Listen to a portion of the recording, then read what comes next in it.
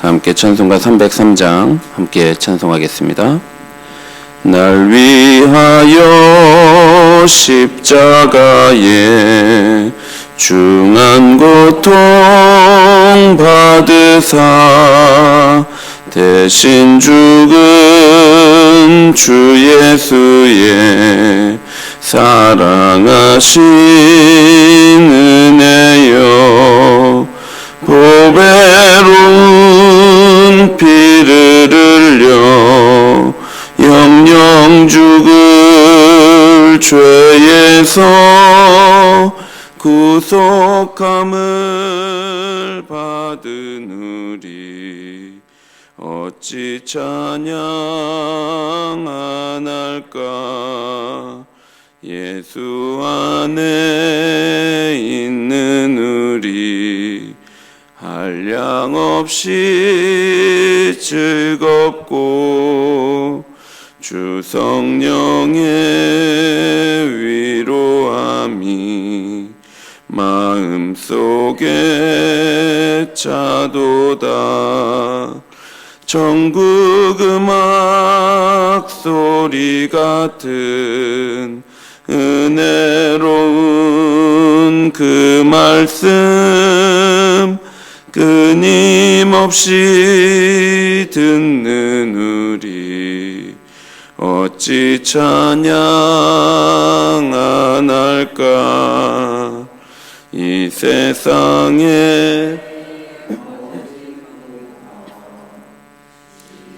안고 불어도 주님 안에 보호받는 우리 마음 편하다.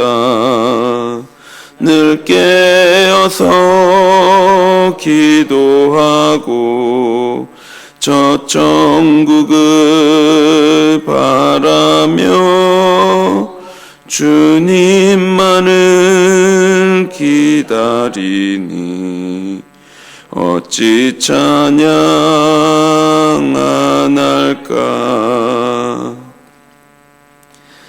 성경 말씀 디모데후서 1장 9절부터 14절입니다.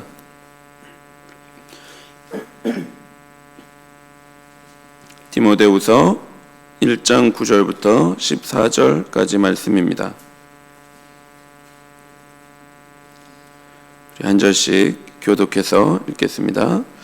하나님이 우리를 구원하사 거룩하신 소명으로 부르심은 우리의 행위대로 하심이 아니요 오직 자기의 뜻과 영원 전부터 그리스도 예수 안에서 우리에게 주신 은혜대로 하심이라.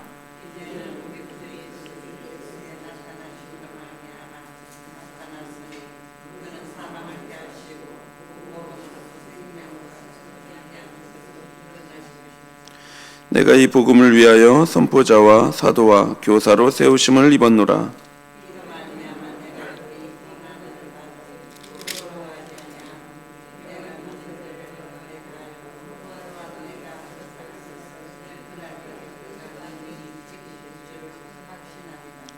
너는 그리스도 예수 안에 있는 믿음과 사랑으로서 내게 들은 바 바른 말을 본받아 지키고 우리 안에 거하시는 성령으로 말미암아 내게 부탁한 아름다운 것을 지키라.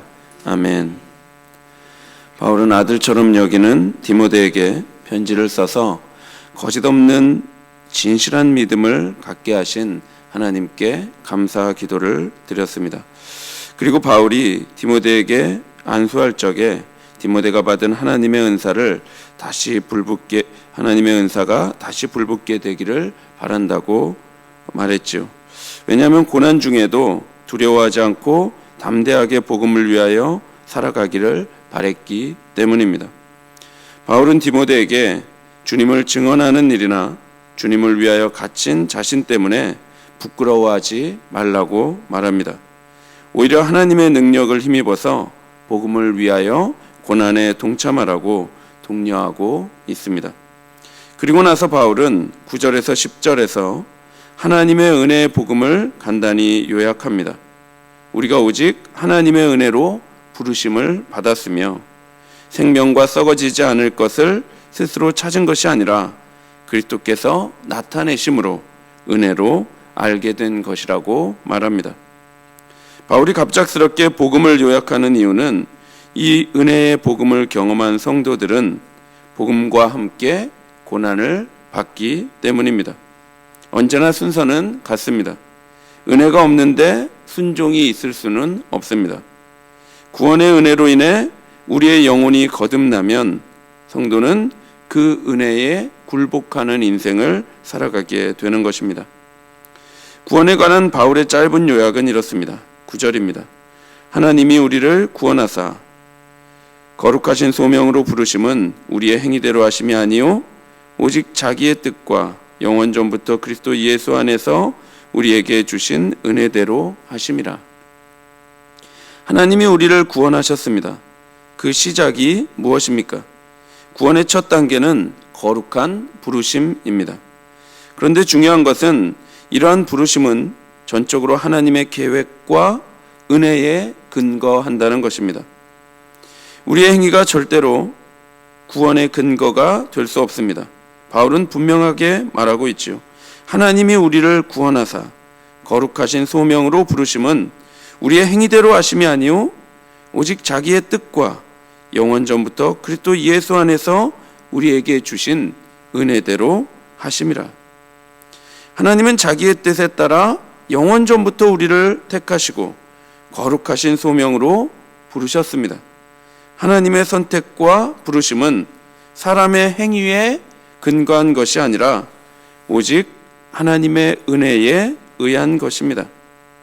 이 은혜라는 두 글자는 우리가 구원을 이해하는 데 있어서 가장 중요한 개념이죠.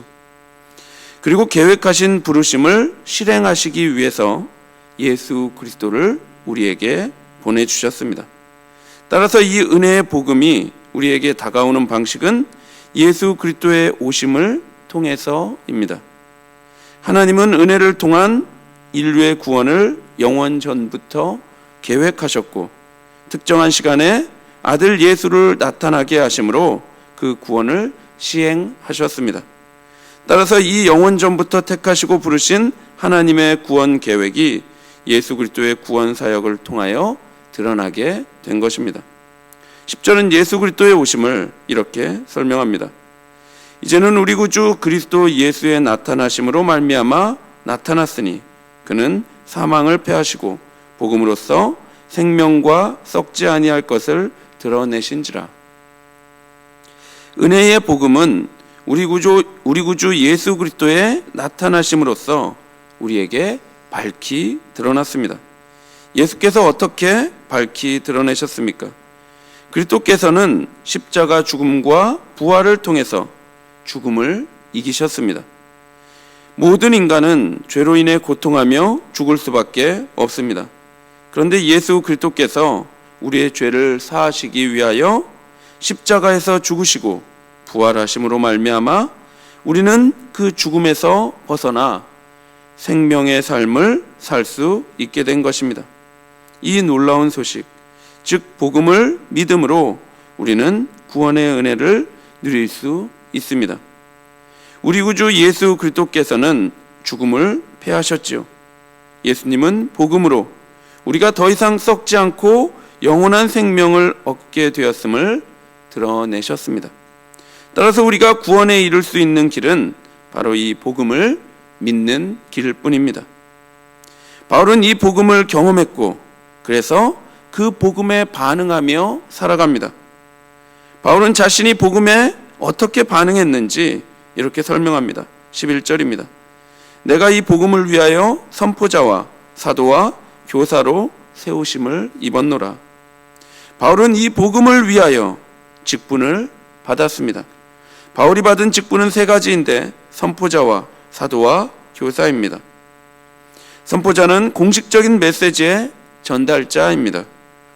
선포자는 이 생명과 썩지 않을 것, 즉 복음을 말씀 선포와 자신의 삶으로 밝히 드러내는 역할을 하지요. 사도의 역할은 복음이 전혀 없는 곳에 복음을 알리는 것입니다. 그리고 교사는 복음을 알지만 잘 알지 못하는 성도에게 복음을 바르게 가르쳐주는 역할을 합니다. 바울은 복음을 경험하고 그 복음을 위하여 직분자로 살아갑니다. 하나님은 그에게 복음을 맡기셨고 그는 그 복음을 위하여 매를 맞기도 하고 옥에 갇히기도 하고 고난을 받으며 그 직분을 감당하며 살아가는 것입니다. 복음은 우리에게 거룩한 생명을 줄 뿐만 아니라 거룩한 소명 또한 줍니다. 따라서 복음을 경험한 성도는 그 복음을 위하여 고난받기를 주저하지 않습니다. 고난을 받는다고 해서 절대로 그 복음을 부끄러워하지 않습니다. 12절입니다. 이로 말미암아 내가 또 이 고난을 받되 부끄러워하지 아니함은 내가 믿는 자를 내가 알고 또한 내가 의탁한 것을 그날까지 그가 능히 지키실 줄을 확신함이라. 바울은 고난을 받되 부끄러워하지 않습니다. 왜 그렇습니까? 바울은 복음을 통하여 하나님을 알게 되었고 또한 나를 구원하신 하나님께서 자신의 사명을 능히 지키실 것을 확신하고 있기 때문입니다. 바울은 내가 의탁한 것을 하나님께서 지키실 줄을 확신한다고 말합니다. 여기서 바울이 의탁한 것은 복음을 위한 사명을 말합니다. 바울은 복음을 위하여 고난을 받습니다. 그러나 그 고난에 위축되거나 낙심하지 않습니다. 부끄러워하지 않습니다.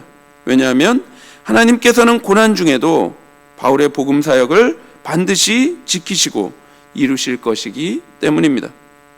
하나님은 사도를 통해서 그리고 교회를 통해서 이루실 복음을 위한 사명을 마지막 심판의 날까지 반드시 지키실 것입니다.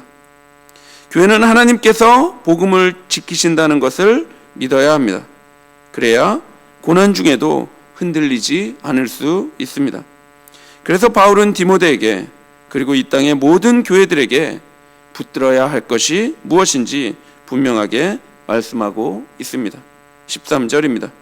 너는 그리스도 예수 안에 있는 믿음과 사랑으로서 내게 들은 바 바른 말을 본받아 지키고.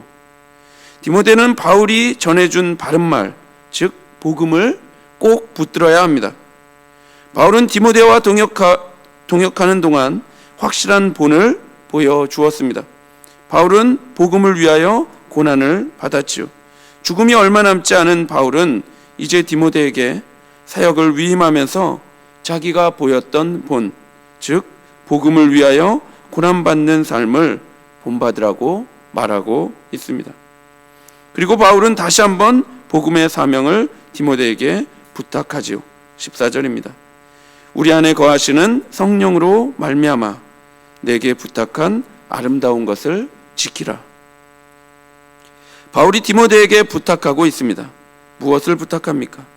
바울에게 그 무엇보다 아름다운 것, 즉 복음을 부탁합니다. 이 복음이 그를 살렸고 디모데를 살렸으며 모든 인류의 유일한 소망이기에 바울은 그 무엇보다 아름다운 것, 복음을 디모데에게 그리고 교회에게 부탁하고 있습니다. 사랑하는 성도 여러분, 우리가 이 복음을 어떻게 지킬 수 있습니까? 성도가 복음의 사명을 감당할 수 있는 힘은 우리 안에 거하시는 성령으로부터 나온다고 바울은 선포하고 있습니다. 성도는 하나님의 은혜로 복음을 듣게 되고 믿게 되며 구원을 받게 됩니다. 그리고 그 복음을 위하여 고난을 받을 때에도 성령께서 주시는 힘으로만 고난을 감당하며 살아갈 수 있습니다.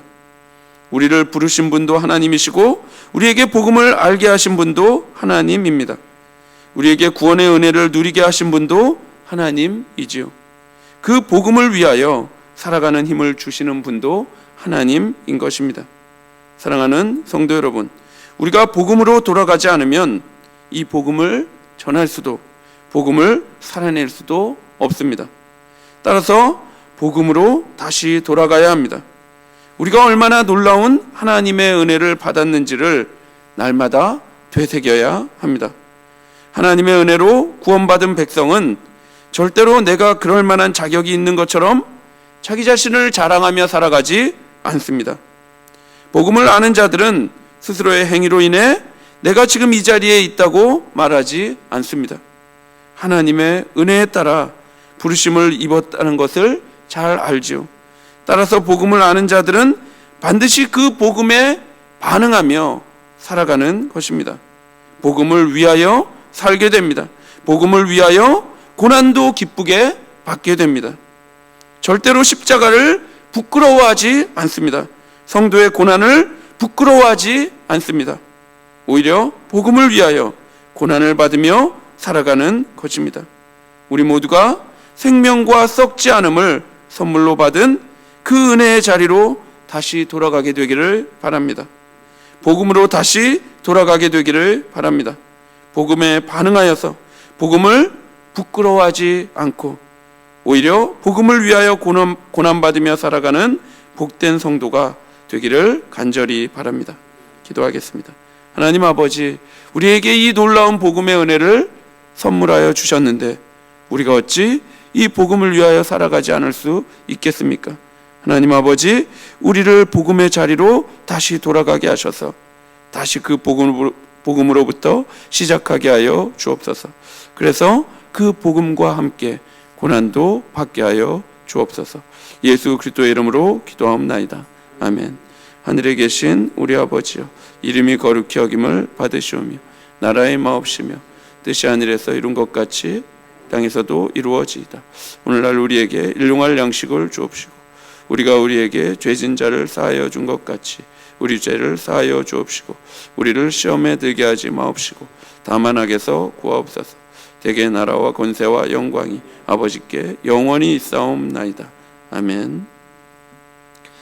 은혜의 자리로 돌아가 복음을 위하여 살아가는 성도가 되기를 함께 기도하시고, 고난 중에 있는 성도들을 위해 기도해 주시고, 교회당 이사와 새교회당에서의 일정이 차질 없이 진행되도록 기도해 주시고, 교회 부흥을 위해 기도해 주시고 개인적으로 기도하시기 바랍니다.